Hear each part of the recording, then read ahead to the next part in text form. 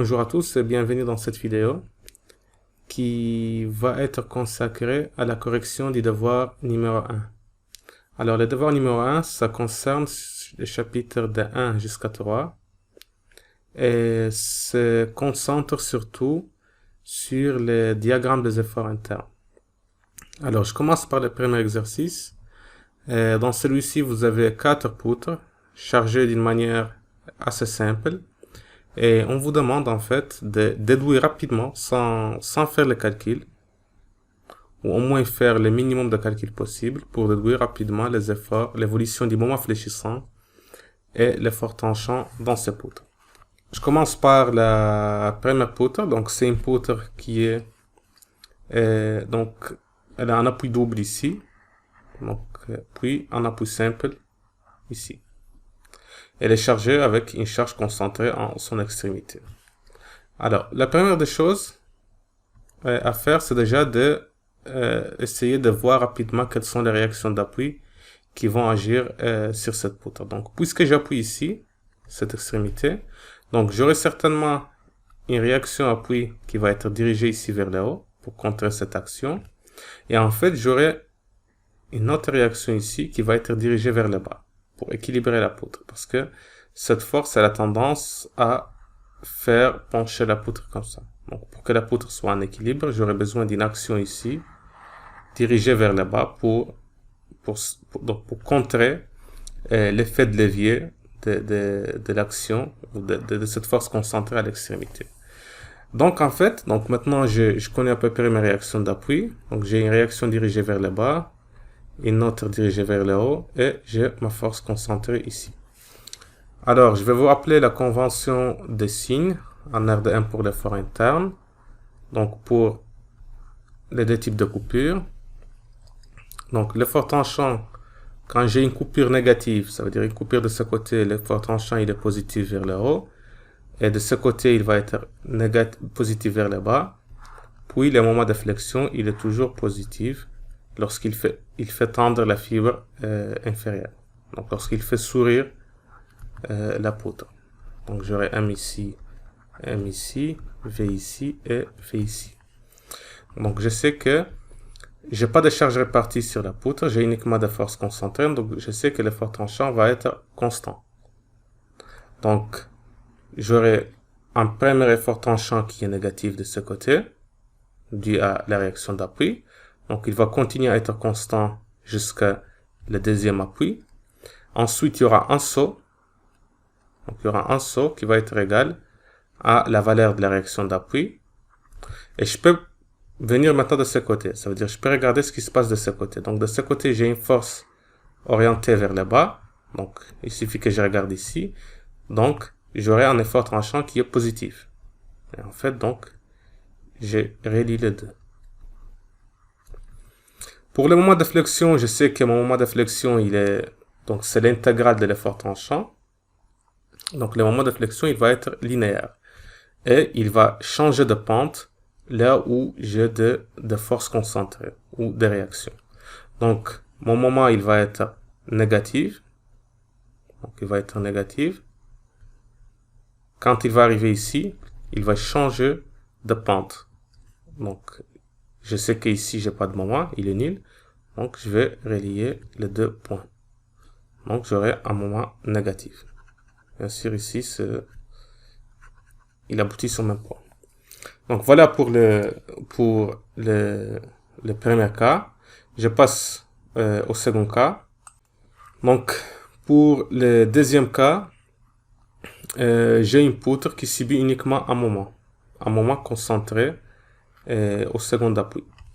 Donc, je fais comme ce que j'ai fait pour l'exercice précédent. Je vais essayer de déduire rapidement les réactions d'appui. Donc, je sais que j'aurai une réaction vers le haut pour contrer ce moment, parce que ce moment, il a tendance à faire basculer la poutre de ce côté. Donc, il fait appuyer cette poutre vers ce côté. Donc, j'aurai une réaction vers le haut. Et ici, en fait, pour que la poutre soit en équilibre, il faut que j'ai une réaction orienté vers le bas pour ramener, donc pour maintenir la poutre sur appui. Voilà, donc maintenant j'ai mes deux réactions. je sais que l'effort tranchant va être constant, puisque j'ai pas de charge répartie. Donc, rappelez-vous des relations qu'on a. Donc, on a dv sur dx égale moins la charge répartie. Quand j'ai pas de charge répartie, donc la dérivée elle est nulle, donc l'effort tranchant elle va être constant. Rappelez-vous que dm sur dx égale av. Donc, je vais maintenant tracer mes efforts internes. Donc, j'aurai un moment de flexion, donc, pardon, je commence avec l'effort tranchant, donc j'aurai un effort tranchant qui est constant. Donc, il va être positif. Donc, rappelez-vous de la convention. Ici, positif comme ça. Ici, positif, c'est comme ça. Donc, vous voyez ici. Pour V. Et le moment, c'est positif. Comme ça. Donc, les moments fléchissants, j'ai un seul moment concentré. Donc, j'ai un moment concentré ici. Donc, ici, j'aurai un moment. Et ici, je sais que le moment, il est nul. Donc, et je sais que c'est linéaire, puisque l'effort tranchant, il est constant. Et je relie le 2. Je vais passer au cas suivant. Alors, ici, j'ai une poutre doublement appuyée qui subit une charge répartie et une force concentrée. Donc, les réactions, j'aurai des réactions comme ça. Donc, qui vont être orientées vers le haut.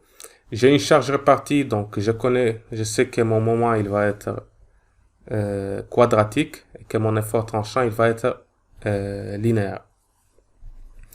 Donc, je commence. Donc, ici, en appui, j'aurai un effort tranchant qui va être égal à la réaction d'appui. Il va être positif. Je sais que il va diminuer linéairement au fur et à mesure que je m'approche de l'autre appui jusqu'à ce que j'arrive ici, à cette force concentrée. Elle va m'induire un saut. Donc, je sais que ça va me faire un saut. Comme ça. Et ici, donc, dans le second appui, quand je regarde de ce côté, j'aurai un effort tranchant qui est négatif. Donc, puisqu'il est orienté vers le haut, il est négatif. Et j'aurai quelque chose comme ça. Donc, positif. Et ici, j'ai négatif. Je regarde le moment. Donc, le moment, il va être quadratique. Donc, le moment va être quelque chose comme ça.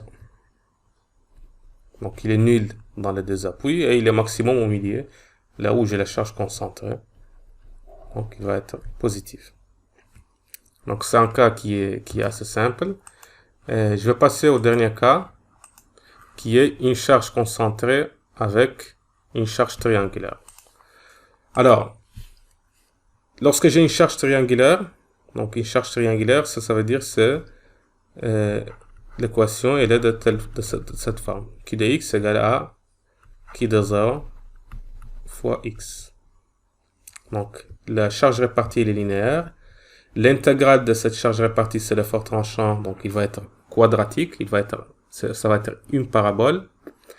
Et le moment, ça va être cubique. Donc, comment je vais résoudre ça? Donc, quand ça se complique, je peux toujours décomposer. Donc, quand j'ai une charge répartie et que j'ai un moment d'encastrement, le moment en général, il est de cette forme. Négatif. Et quand j'ai une charge triangulaire, le moment va être cubique, donc x à la puissance 3. Donc ça va toujours être un polynôme de degré 3. Donc ça va être négatif. Et donc quand je vais faire la combinaison de deux, pour le moment, je vais obtenir quelque chose qui a à peu près la même forme. Donc quand je vais faire la somme, j'aurai quelque chose qui a à peu près la même forme. Donc ça c'est pour les diagrammes de moment.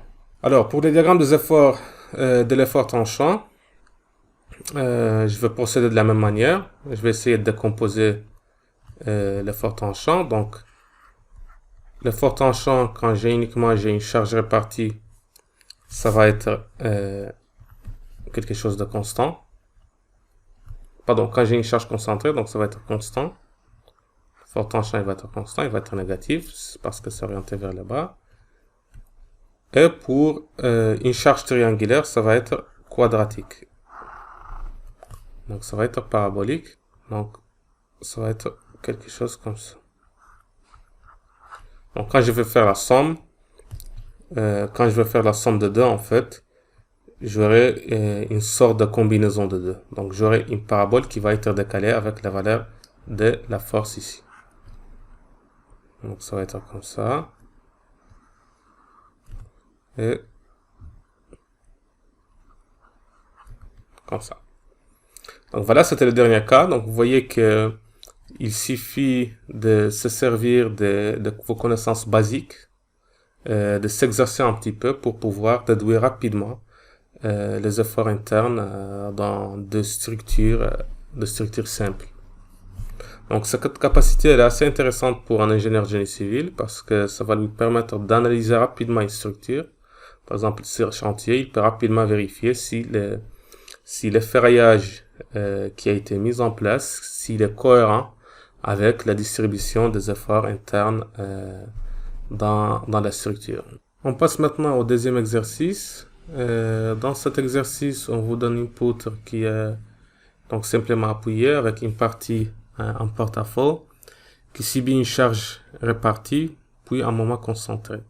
Et on vous demande de tracer les diagrammes de moment de flexion et de l'effort tranchant de cette poutre. Donc la première des choses, c'est de trouver les réactions d'appui qu'on va nommer respectivement VA et VB. Donc c'est la première étape avant de commencer de tracer les diagrammes. Donc nous on a trois équations d'équilibre. Donc on va se servir de deux équations pour trouver les VA et VB. Donc c'est la somme de moments par rapport à B et la somme de moments par rapport à A. Et on va utiliser la troisième comme vérification de l'équilibre. Donc voilà, donc si on fait la somme de moments par rapport au point B, donc j'indique ma direction positive égale à 0. Ça implique quoi? Donc qu'est-ce qu'on a comme moment par rapport à B? On va commencer par ça. Donc on a la charge répartie, sa résultante elle agit ici à 0,75 d'ici, donc au milieu de ce segment. Donc sa résultante va être égale à quoi? Va être égale à 30. Donc va être moins parce que c'est l'autre sens par rapport à la convention de notre direction positive. Donc c'est moins 30 fois 1,5, donc ça nous donne la résultante, fois 0,75 plus 3. 0,75 plus 3. Donc ça c'est pour la charge répartie. Puis on a VA qui va tourner dans la direction positive, donc ça va tourner comme ça. Donc plus VA fois le bras de levier qui est égal à 3 mètres. Et il nous reste le 45. Donc 45 c'est dans ce sens. Donc ça tourne dans ce sens. Donc ça va être positif plus 45 kN fois mètre est égal à 0. Donc on aura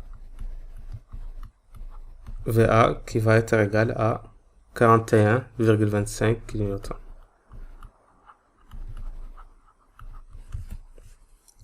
On va faire maintenant la somme de moments par rapport à A.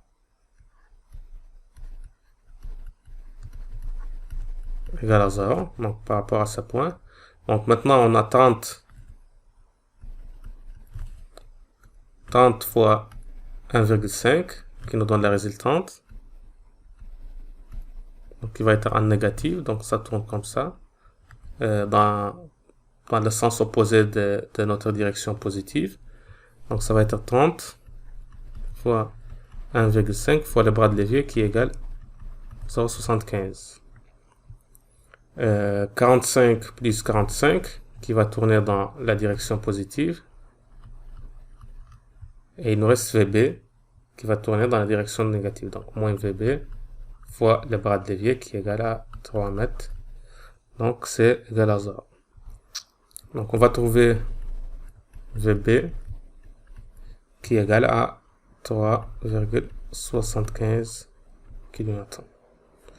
Maintenant on va faire la vérification parce que c'est vraiment crucial les réactions d'appui. surtout pour la suite. Donc, on a intérêt toujours à faire une vérification. Donc, on va vérifier l'équilibre de force suivant Y.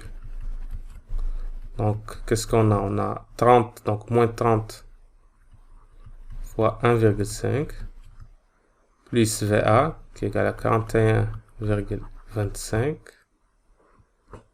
moins VB, plus VB, pardon, plus VB, donc qui est égal à 3,75.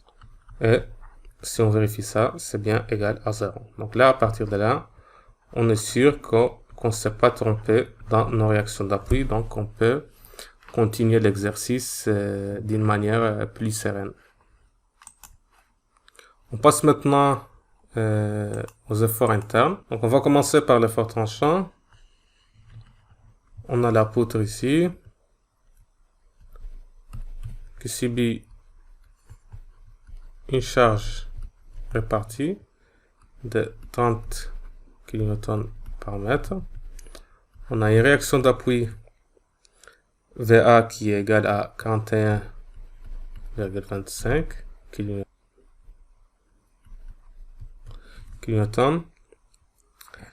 On a un moment concentré ici qui est égal à 45 kN fois mètre. Puis on aura une réaction au point B qui est égale à 3,75.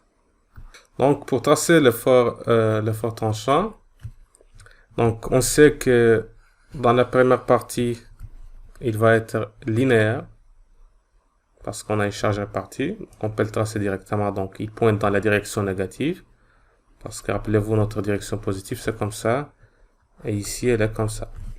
Il va pointer vers le négatif, donc ça va descendre d'une manière négative, donc moins, jusqu'à ce point.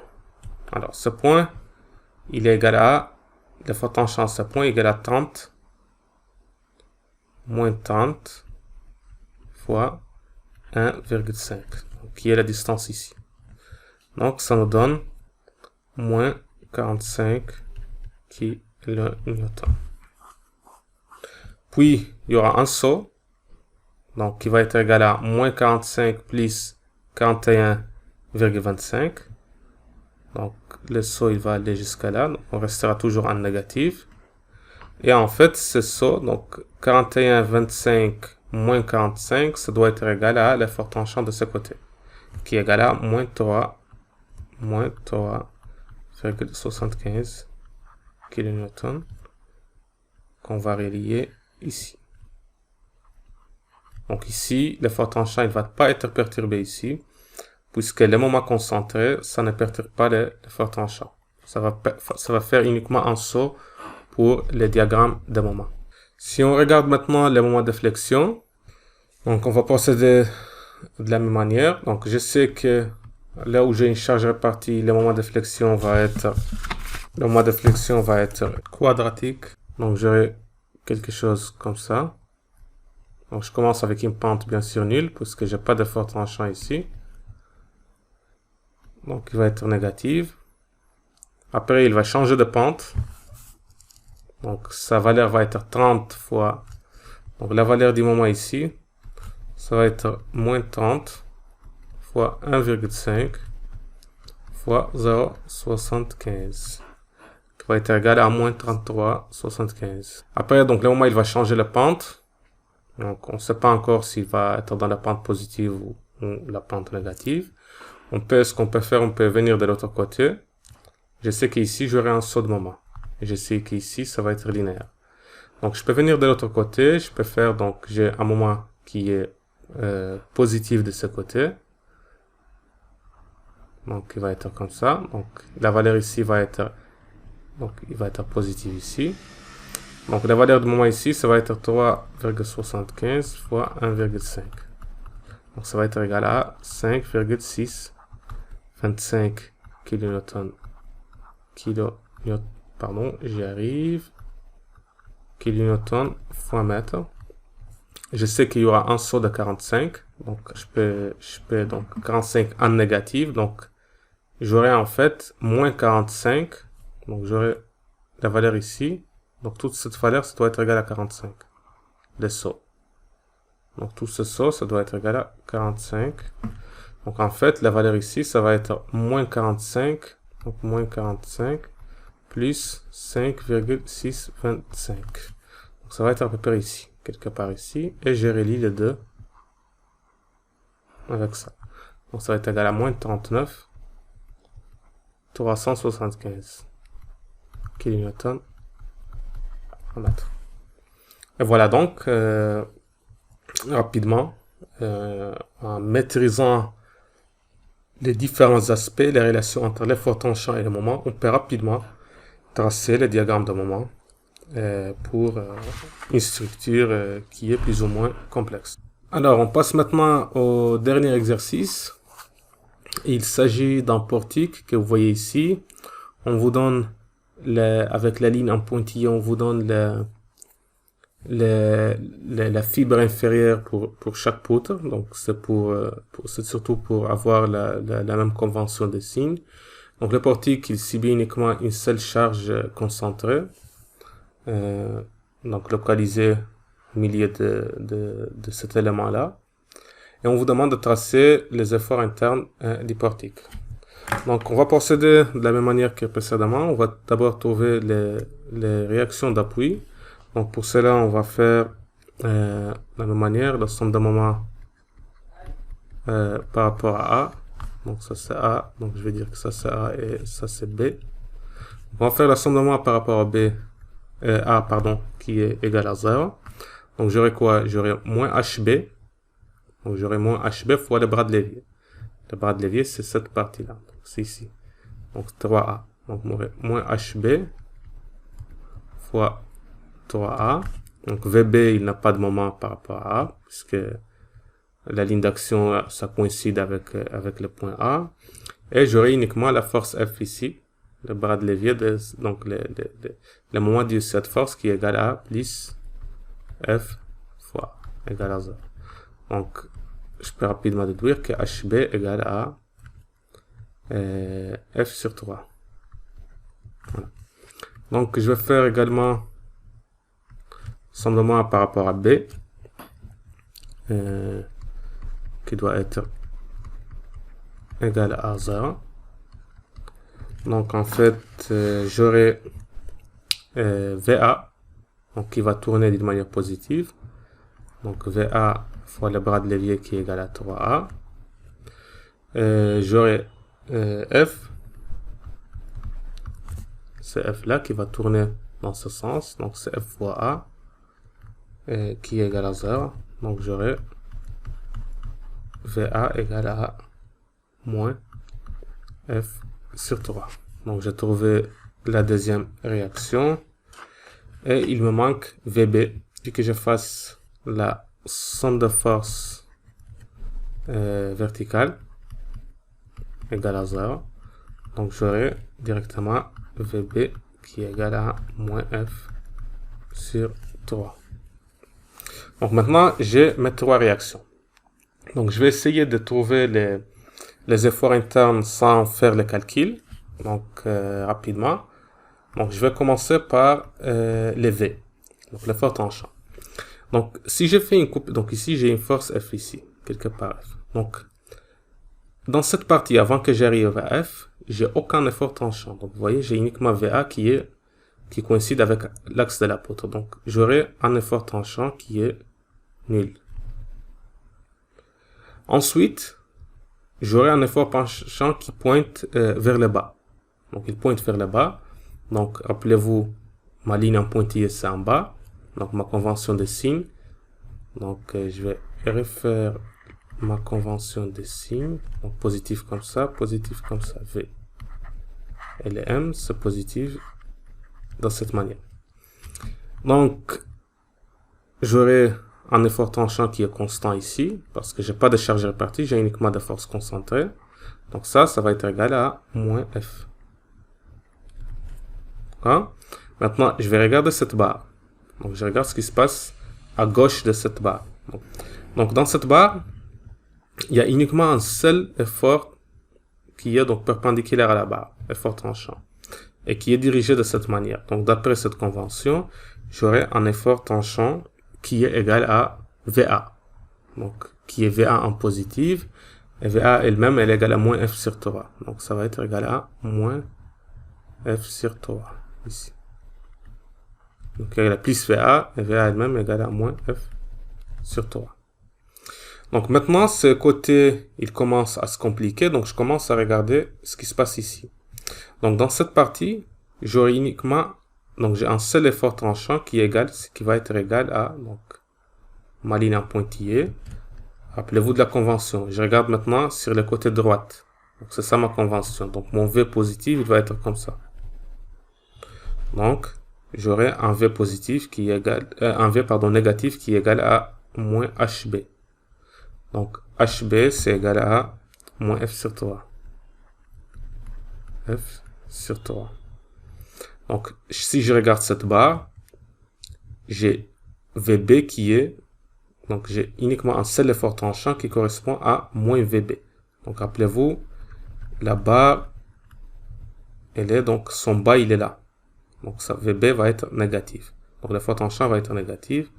Donc, j'aurai un effort tranchant négatif ici, qui va être égal à moins VB. Donc, ça va être égal à, donc F, pardon, excusez-moi ici, je me suis trompé, VB, il est égal à F. Donc, il y a une erreur ici, il faut en tenir compte. Donc, si moins VB, c'est F. Donc, je commence à regarder le moment. Le moment fléchissant de ce côté, ça va être nul. J'ai pas de moment sur ce côté. Maintenant, j'aurai F. F qui va venir, une force concentrée. Donc, ça va induire un moment linéaire. Un moment linéaire qui va partir d' 0 vers sa valeur maximale ici. Donc, la valeur maximale, elle est égale à quoi? Égale à moins F. Donc, moins F fois le bras de levier ici. Donc, moins F fois A. Donc, le moment, il va être toujours continu. Donc, j'aurai toujours moins F fois A de ce côté. Donc, maintenant, il faut que je regarde ce qui se passe de l'autre côté. Donc, le moment, il va être, je sais qu'il va être linéaire, mais il va être égal à quoi? Il va être égal à VA fois X. Et le moment du AF, ça va être moins FA. Donc, ça va être moins FA plus VA fois X. Donc, le moment ici, ça va être moins F fois A plus, donc VA qui est égal à moins F sur 3 fois cette distance-là qui est égale à 3A. Donc, attendez, je vérifie la distance. Non, qui est égale à DA, pardon. Donc, qui est égale à DA. Pardon, DA. Donc, le moment ici va être égal à moins 5 sur 3 AF. Donc, et ça va varier linéairement. Maintenant, je vais faire une coupure positive. Donc, je vais regarder de ce côté. Donc, de ce côté, donc j'aurai un moment dû à HB. Donc, ça va être égal à HB fois A. Ici. HB, c'est égal à F sur 3. Donc, FA sur 3. Donc, j'aurai une continuité de moment. Donc, j'aurai ici FA sur 3. Et ici, j'aurai la continuité de moment. Donc, j'aurai le même moment qu'ici. Donc, moins A, moins 5 sur 3 AF. Et je vais relier les deux avec une droite. Parce que je sais que mon moment, il est linéaire. Alors, l'effort normal, il est assez simple. Donc, ici, vous avez un seul effort normal qui est là, qui va être égal à VA. Donc, va être égal à VA. Donc, VA, c'est qui va être égal à moins VA. Donc, moins VA qui va être égal à F sur 3. Ensuite, vous aurez un effort normal qui est dû à F ici. Donc, il va pointer directement sur cette poutre. Donc, va être égal à moins F. Donc, ça vient d'ici. Cet effort-là, c'est l'effort normal pour cette poutre. Ensuite, vous aurez un autre effort normal qui va égal à moins VB. moins VB. Donc ça va être égal à moins F. Et ici, vous avez un effort normal qui est égal à moins HB. Donc, moins HB qui va être égal à moins F sur 3. Et voilà pour les 3 efforts. Donc, vous voyez, on peut sans même faire de calcul, déduire la distribution des efforts internes dans ce portique.